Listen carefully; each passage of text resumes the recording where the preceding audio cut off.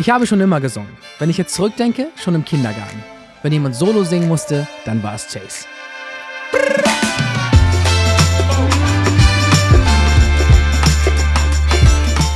Ich mache immer Frühschichten. Ich bin ein Morgenmensch. Ich stehe gerne um 7 auf und laufe zum Café. Ich freue mich, wenn die Sonne gerade so aufgeht, alles noch sehr ruhig ist. ANC On.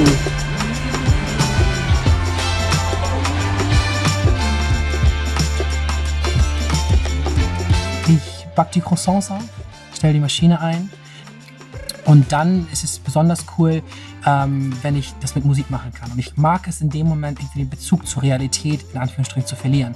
Ich mag den Zauber daran, ich mag den Bass überall in meinem Körper zu spüren und das fasziniert mich daran.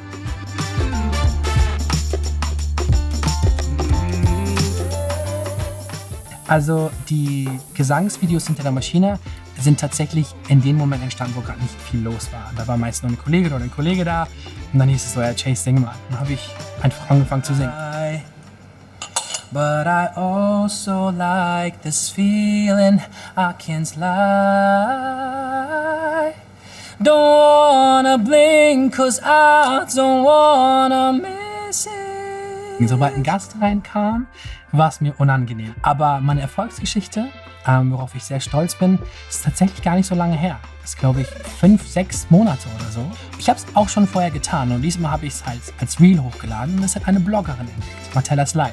Und sie fand es cool, hat es geteilt und plötzlich ging mein Handy total verrückt und es ploppte auf wie irre und ich konnte mir das gar nicht erklären. Und alle Videos, die ich danach gepostet habe, gingen viral.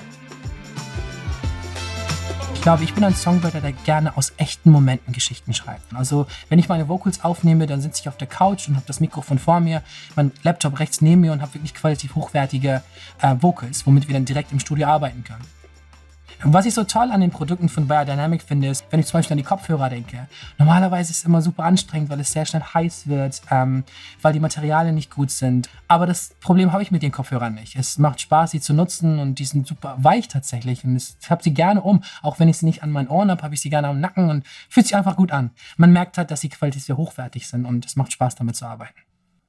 Your hand in my hands, your lips on my lips. It's a feeling I never had. Ich versuche so viele Schienen wie möglich zu fahren und ich weiß, dass alle diese Wege ein anderes Tempo haben werden. Aber am Ende des Tages, wenn ich meinen Kopf auf das Kopfkissen lege, bin ich Musiker und ich bin gerne Songwriter und das will ich gerne machen.